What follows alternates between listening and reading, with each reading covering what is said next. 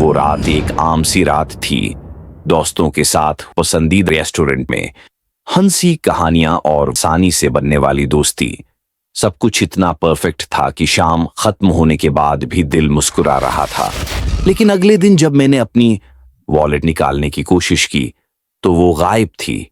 शुरू में मैंने सोचा कहीं रख गई होंगी। अपने स्टेप्स रिट्रेस किए, पूरा अपार्टमेंट चेक किया, हर पॉकेट, हर कोना। रेस्टोरेंट, किसी ने उसे ढूंढ कर नहीं दिया था, लेकिन वो कहीं नहीं थी। दिन गुजरता गया और वो फीलिंग गहरी होती गई कि मेरी वॉलेट हमेशा के लिए चली गई है। मैंने उसे स्टोलन रिपोर्ट किया, अपने क्रेडिट कार्ड्स कैंसिल किए और आईडी और दूसरे अहम डॉक्यूमेंट्स के लिए मुश्किलात का सामना शुरू किया। ये सब इनकन्वीनियंस था, मगर जो चीज मुझे सबसे ज्यादा डरा रही थी वो ये थी कि कोई मेरी पर्सनल मालूमात के साथ क्या कर सकता था। कौन था जो मेरे बारे में जानता था और क्यों? कुछ दिन बाद जब मैं वर्क के लिए निकल रहा था तो मैंने देखा कि मेरी फ्रंट डोर के नीचे एक एनवेलोप था। वो एक प्लेन व्हाइट एनवेलोप था, बगैर रिटर्न एड्रेस के, और इस पर मेरे नाम की मेसी हैंडराइटिंग थी। परेशान होकर मैंने उसे उठाया और खोला। उसके अंदर मेरी वो वॉलेट थी। थोड़ी देर के लिए मुझे सुकून मिला, मगर जैसे ही मैंने उसे खोला सब कुछ खाली था। मेरे क्रेडिट कार्ड्स, आईडी, कैश, सब कुछ गायब था। सिर्फ एक छोटा सा स्लिप ऑफ पेपर था जो कार्ड स्लॉट में छुपा हुआ था। मैंने वो स्लिप निकाली और पढ़ा। मेरा दिल धड़कना बंद कर दिया। उस पर बड़े बोल्ड लेटर्स में लिखा था, I know where you live. एक ठंडी लर्जिश मेरे जिस्म से गुजरी और मेरा हाथ कांपने लगा। अल्फाज सादा थे, मगर उनमें एक खौफनाक सर्टेनिटी थी जिसने मेरा खून जमा दिया। किसी ने मेरी वॉलेट चराकर इसके तमाम कंटेंट्स निकाल दिए, फिर वापस भेज दी। वो भी ये जानकर कि मैं कहाँ रहता हूं, इतना करीब कि वो एनवेलोप मेरे दरवाजे के नीचे फंसलाया जा सके और मुझे पता भी न चला। डर ने मुझे घेर लिया। मैं उस नोट को घूर रहा था। दिमाग में सवालात का तूफान था। कौन था? क्यों वापस की? क्या चाहता था? लेकिन जितना भी सोचा कुछ समझ नहीं आया। मैं जानता था कि अब मेरा अपना घर महफूज नहीं रहा।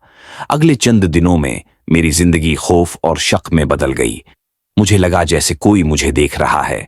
हर फर्श की चड़चड़ाहट, हर पते का सरसराहट, दिल धड़कने लगता। नींद कम हो गई। हर छोटे से छोटे आवाज पर छलांग लगा देता।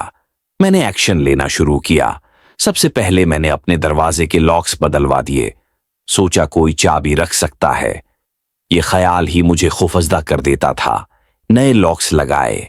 मैंने बार बार चेक किया कि सब सिक्योर हो। फिर कुछ अहम चीजें दोस्त के घर ले गया। पूरा मुंतकिल नहीं हो सका, मगर मैंने सोचा कि अगर ऐसा लगे कि मैं वहां फुल टाइम नहीं रहता तो शायद वो शख्स रख जाए। कुछ रातें दोस्त के सूफे पर गुजारी, मगर खौफ मेरा साथ न छोड़ा। मैंने सिक्योरिटी सिस्टम भी लगवाया, कैमरास, मोशन डिटेक्टर्स और अलार्म्स। कंपनी ने कहा मेरा घर अब शहर का सबसे महफूज घर है, मगर हर बार जब मैं घर जाता कैमरा फुटेज चेक करता। कोई निशान नहीं था उस शख्स का जो वो नोट छोड़ा था। जैसे वो पर्सन गायब हो गया हो और मैं बस खौफ में मुब्तला रहा। दिन हिफ्तों में बदल गए। आहिस्ता आहिस्ता खौफ कम हुआ, मगर कभी खत्म नहीं हुआ। मैं ज्यादा मेहतात हो गया। रात को देर तक बाहर नहीं जाता, पर्दे बंद रखता और सोने से पहले लॉक्स कई बार चेक करता। वो नोट मेरे जहन में हमेशा एक खौफनाक याद बनकर रह गया। किसी ने मेरी जिंदगी में सबसे जाती अंदाज में घुसकर मुझे डराया था। मैं उस हमेशा के लिए डराया हुआ था। मिस्ट्री को हल करने के लिए ऑब्सेस्ड हो गया। रात के इस वक्त की हर डिटेल याद करने लगा। किसी अजीब शख्स को देखने की कोशिश की या कोई मुझे फॉलो कर रहा हो, लेकिन कुछ नहीं मिला।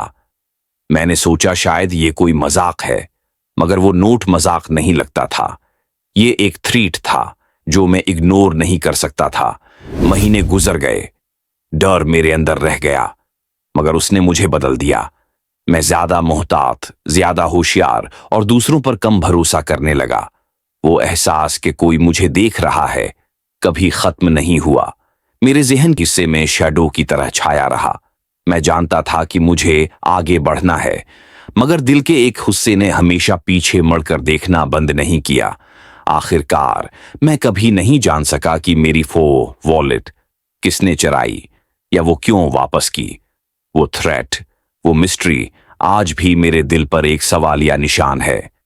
ये तजर्बा मुझे सिखा गया कि हम कितने वल्नरेबल होते हैं, कि हमारी सिक्योरिटी कैसे एक छोटे से अनोनिमस एक्ट से चटक जाती है, और हमें हमेशा अपनी सेफ्टी का ख्याल रखना चाहिए, क्योंकि जब आपको मार्क कर लिया जाता है तो खौफ कभी खत्म नहीं होता।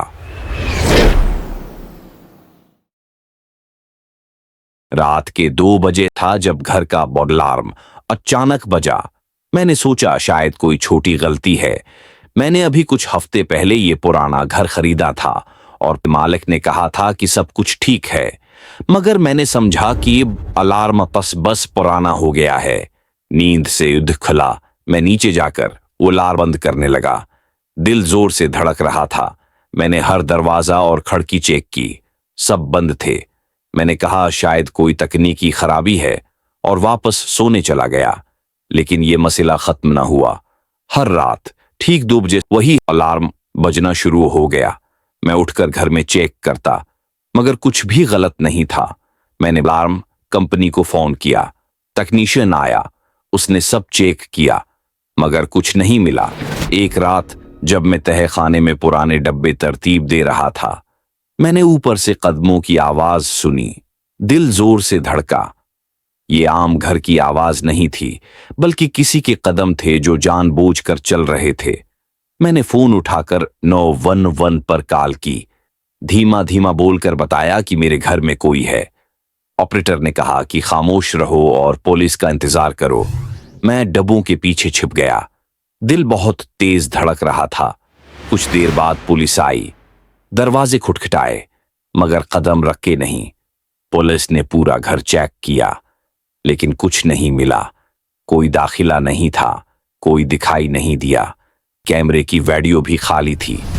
मैं जानता था कि यह सब मेरे दिमाग का खेल नहीं था। मैंने वो कदम सुने, कभी कभी सरगोशियां भी सुने। लगता था कोई दीवारों के पार बात कर रहा है, मगर अल्फाज समझ नहीं आते थे। रात को मैं अलार्म के बजने का इंतजार करता और सिक्योरिटी कैमरे के सामने बैठा रहता। हर बार कुछ दिखाई नहीं देता, मगर कदमों की आवाज जरूर आती थी। वो सिर्फ मेरे लिए थी। आखिर में मैं बर्दाश्त न कर सका। बैग बनाया और अपने हमराहों को कहा कि वो मेरे साथ नहीं रह सकते। दोस्त के घर चला गया। पुलिस और तकनीशियन दोनों आए, मगर कुछ पता न चला। अलार्म जता रहा। कदमों की आवाजें रिकॉर्डिंग में गूंजती रहीं। आखिरी रात जब मैं उस घर में था, अलार्म बजा। इस बार कदम बहुत वाज़ेह और करीब से सुनाई दिए, और फिर एक गहरी खौफनाक सरगोशी सुनाई दी। सिर्फ एक लफ्ज जो मुझे बहुत डराया। मैं वो घर छोड़कर भाग निकला, और वो लफ्ज आज भी मेरे कानों में गूंजता है। वो लफ्ज, वो आवाज जो मेरे दिल की धड़कन रोकती। मैं जानता हूं वो घर कभी महफूज नहीं होगा, और जो भी था वो मुझे छोड़कर नहीं जाएगा।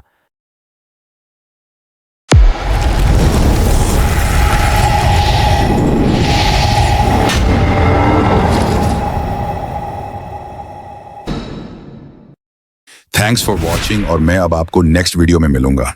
टिल देन, अल्लाह हाफिज।